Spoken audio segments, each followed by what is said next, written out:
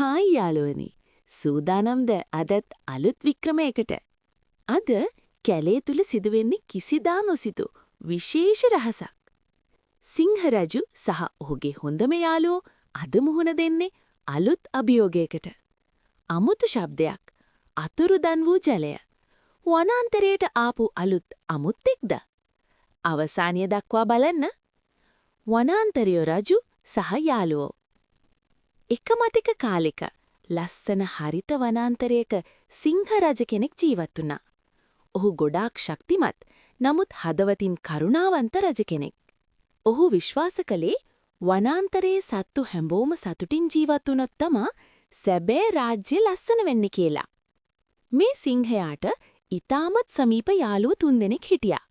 බුද්ධිමත් අලියා, සැලසුම් කරන එකේ දක්ෂයා, හිනාවෙන් පිරුණු වඳුරා, හැමෝවම සතුටු කරන කෙනා. කුරුල්ලා, ඉහලින් ගිහින් අවදානම් කලින් දැනගන්න පුරුවන් හිතවත් මිතුරිය. ඔවුන් 4 දෙනාම හැමදාම එකට වනාන්තරය පුරා ගමන් කරමින් සත්තුන්ගේ ගැටලු විසඳමින් නව විනෝදමත් අත්දැකීම් සොයාගත්තා. එක උණුසුම් ගිම්හාන දවසක වනාන්තරය මැද තිබුණු ලොකු පොකුණු රියලෙන්න පටන් ගත්තා. ජලය අඩු වෙලා මලු බියෙන් ඉන්නවා. මුවා, හාවා, හා කුරුල්ලෝ බොන්න ජලය හොයාගන්න බැරි වෙලා අසරණ වුණා. මේක බරපතලයි කියලා අලියා කිව්වා. අපි ඉක්මනට මොනවා හරි කරන්න ඕනේ කියලා කුරුල්ලා අහසට පියඹසා බලන්න ගියා. වඳුවැකිකක් බය වුණත් අපි එකට හිටියොත් බය වෙන්න දෙයක් නැහැ කියලා හිනාවෙන් කිව්වා. කුරුල්ලා අහසට ගිහින් බලද්දී කුඩා දිය පාරක් ගලා යනවා දැක්කා. නමුත් ඒ අතරට ලොකු ගල් කන්දක් වැටිලා ජලය පොකුණට ගලා එන්න බාධා වෙලා තිබුණා. මේ සිංහයා සත්තු හැමෝම එකතු කරලා අපි මේ ගල් ඉවත් කරමු. හැමෝම තම තමන්ගේ හැකියාවෙන් උදව් කරන්න කියලා උපදෙස් දුන්නා. අලියා තම ශක්තියෙන් ගල් තල්ලු කළා. වඳුර කුඩා ගල් ඉවත් කළා. කුරුල්ලා ඉහළින් මාර්ගය පෙන්නුවා. මුවා සහ අනෙක් සත්තුත් එකතු වෙලා මහන්සි වුණා. දවස් 2ක් පුරා ඔවුන් මහන්සි වුණා. අන්තිමේ ගල් ඉවත් වුණාම ජලය නැවතත් පොකුණට ආවා. සත්තු හැමෝම සතුටින් hina වුණා. පොකුණ නැවත වතුරෙන් පිරුණා. එදා සවස අමුතු හඩක් කැලේ ඇතුලෙන් ඇසුණා. "අව් අව්" කියලා කුඩා හඩක්. වඳුරා ඉක්මනට එතනට දුවලා ගියා. එතන හිටියේ තනි වුණ කුඩා සිංහ පැටියෙක්.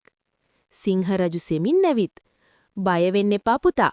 අපි ඔයාට උදව් කරනවා" කියලා කිව්වා. කුරුල්ලා ඉහළින් පියාඹලා පැටියාගේ අම්මව හොයාගත්තා. අලියා මාර්ගය පැහැදිලි කළා. ටික වේලාවකට පස්සේ සිංහ පැටියා තම අම්මා සමග නැවත එකතු වුණා. එදා රෑ සත්තු හැමෝම එකට එකතු වෙලා උත්සවයක් කළා. සිංහ රජු කිව්වා, "රජ වෙලා ඉඳකේ අර්ථය බලයෙන් පාලනය කරන එක නෙමෙයි.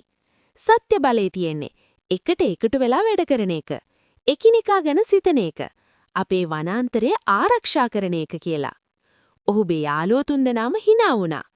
"අපි හැමදාම එකටමයි" කියලා වඳුරා ගෑ ගැහුවා. එදා දවසෙන් ඒ වනාන්තරයේ ලස්සනම සතුටින් පිරුණු වනාන්තරයක් වුණා. සිංහ රජ සහ ඔහුගේ යාළුවෝ හැමදාම අලුත් අභියෝගවලට මුහුණ දෙමින් වනාන්තර ආරක්ෂා කරමින් සතුටින් ජීවත් වුණා.